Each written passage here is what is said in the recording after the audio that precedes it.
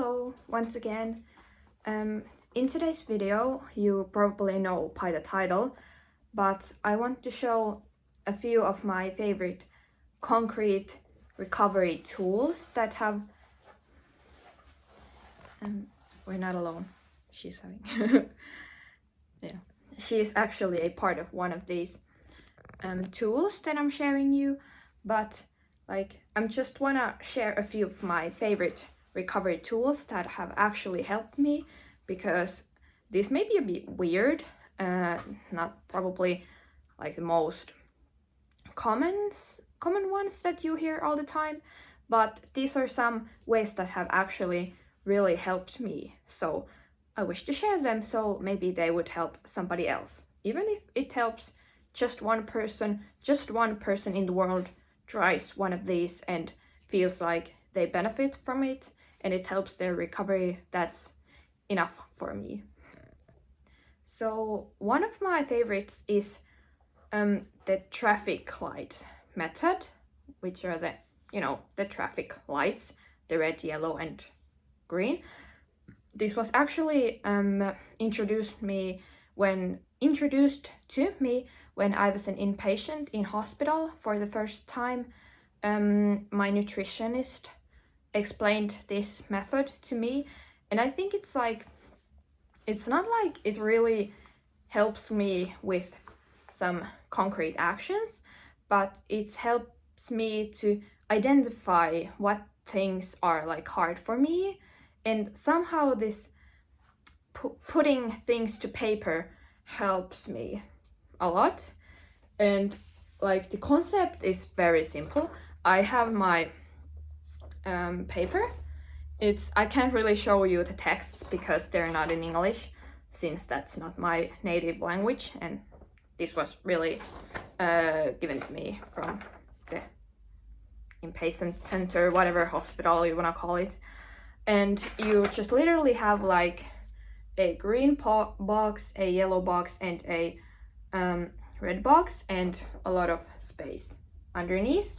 So the green ones are beverages and foods that you eat all the time. There's really no problem with them. There's just your safe foods and regular foods. And yellow foods are and beverages, something you would like to eat, but you cannot. You're too scared. But they're not impossible, but you're oh, I wish I could eat that, and maybe you sometimes do, but it's something you would like, but it's not easy. For example, for me, it's I don't know, cereal maybe. That's not an absolute no-no, and I eat it sometimes, but it's definitely a hard one. And the red one is foods and beverages you feel like there's an absolute no, and in most cases you probably even tell yourself you don't want to eat these. And some of these can actually be foods you actually don't like in all realness, something you just don't like to eat or cannot eat because of the disorder. And this is the point of this is not really oh, now that you've identified all the yellow foods, you want to eat these but you don't, now you're gonna just eat all of them.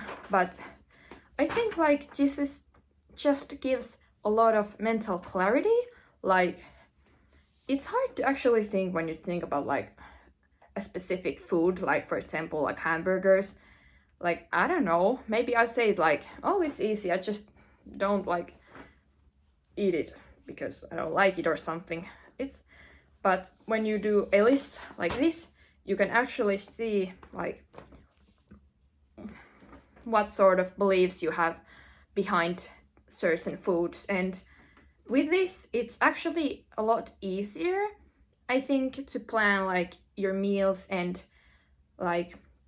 those fear food days, because I'm a big advocate for the fact that if you have a scary food and you have a safe food, you combine them in a meal. And with this, it's so much easier because you may take a red or a yellow food and then one food from the green section, and then you eat them together, so it's not like bad. Or at least for me, it hasn't been that bad. If I like from maybe in the red is like bacon, I say like absolutely no, in no world could I eat that. And in the green ones, there's like freaking carrot. Like that's not scary for me at all. So maybe if I combine them, at least for me, it's way easier than that just taking the bacon. And I don't know, it's just a good tool. It's a visual tool, and I think it's kind of fun to like fill this up. And this change is also like if I do this today, it's way different than if I would have done it like 6 months ago. There would have been so much more like yellows and reds, and now there are more green ones. Next one is also kind of, I mentioned this in my very first YouTube video, which I was like, I don't have that sort of accountability buddy. Like if I don't eat, for example, lunch, no one cares. No one is here to watch me like, oh, you better eat this, oh my god. But I just need to hold myself accountable, and that's not easy always. So I feel like creating that sort of accountability buddy is very useful. Of course, I think it's best if it's another human being, but I don't think we always have that option or the resources to get friends, for example. So I feel like the best thing you can do is these guys. Get yourself a pet. I think it helps definitely, but getting a pet is definitely not for everyone. And if you're really sick, I don't suggest you to get a dog or something, because you need to walk it and take care of it, and when you can't even take care of yourself, that can be really daunting. So I have actually, this is a bit embarrassing since I'm already 19 and I still do this, but I have my accountability buddy as it's like a stuffed toy. This is a Lumiere. She has a fluffy tail. She has had better days, but I have had this since the start of my recovery, or I have had her. And she's like, I can easily take her to sit on my lap when I have a meal, and she just holds me accountable. She's there with me, and I feel like it just helps when I maybe this is just another toy amongst all else, but when I give it the identity that this is the one that actually helps me recover, and this is like, this knows everything I'm going through, it becomes very special. And the fact that it's a stuffed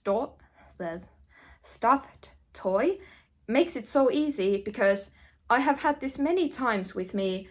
When I go to a doctor or I go to a restaurant or something, it's in my bag. No one knows. It's just I know it, and it holds me accountable from there. And it makes me feel a lot less alone. But I have to mention that it doesn't have to be a stuffed toy or anything that represents something alive. Like, for example, what could I say? A special keychain, maybe a special rock, a pencil, whatever. It can be really whatever. If it's special for you and you identify that that object brings you safety, and like you think it like helps you eat the things or do the right things in recovery, then that's the same. Oh, hello. Lucy. I have many accountability buddies that are actually alive. So I can really suggest getting a pet if that's possible for you. I think these two guys have helped me a lot.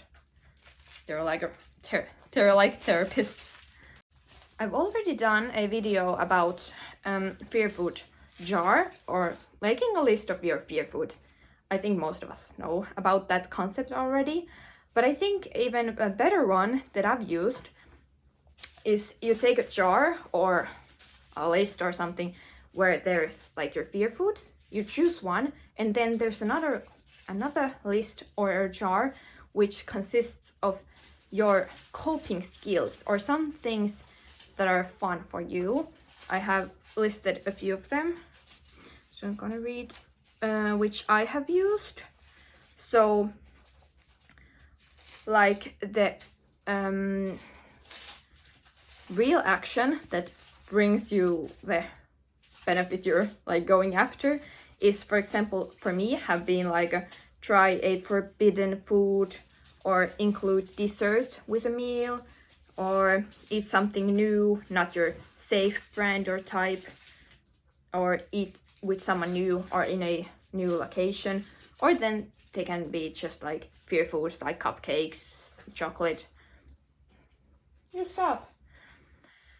And like that's a simple concept. List things that are like food related that you're scared to do or eat. And in the other lists there are like coping skills, for example, like go outside, deep breathing, coloring books. Those are my absolute favorite. And that sort of coping skills. And they can also be things that are English is hard today, that bring some, how would I say, like intentionality or new things to your life. Because also I think that's a really crucial part of recovery, finding some things into your life that are not just food and exercise, that you actually feel passionate towards. So it could be like painting, calling a friend. It can be so many things. For example, I also like listening to music, or yeah, we're just having a problem with the dog. Go away. She's really close. Okay. But what was I saying? I'm so crackhead today. So the idea is just, in a nutshell, you have a list or a bucket where you have your fear foods or things that you're afraid to do that are food related, and another list or jar which consists of things you do after you've accomplished that food challenge, to get your mind off of the food. Hello. Nice to see you too. And also like bring something else into your life other than just food. And those are like little side quests into your life that bring something more, makes your life more fulfilling, make days feel longer. Those were like the actual concrete things that have helped me the most, and those were like what I was planning to share. But I just want to share a few journal prompts which I have found kind of useful. I don't really do journaling, but I feel like journaling is really helpful. I don't know, if you just can do it, if you like are that patient, or I don't know, I just can't really do it, it's just not my thing. But I have 2 prompts that I have also written in here that are my favorite probably, but the title is like my favorite foods, and there's like one question is like, before I became sick with this disorder, and there's like my favorite foods were, and the another one is like, if I wanted to have some sweets or like celebrate with food, I would eat.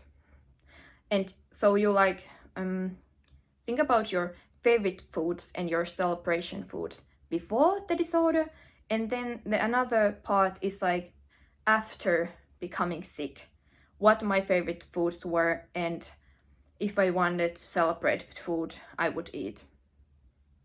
This may be weird. This is also one that I got from when I was inpatient, but maybe it's a hard thing. Like, I think it's more useful to think like your favorite foods, etc., before you became sick. But it's also kind of fun to think like we all celebrate with foods. We all have our favorite foods. So you had those even when you were sick, or now that you are sick, depends on where you are in the recovery process. So it's kind of funny to think like what foods you like now or then, and think about like how their disorder has like affected them. And like you can actually think like, oh yeah, in this recovery, my favorite dessert was mustard. I've heard that, okay, I hate mustard, but by all means.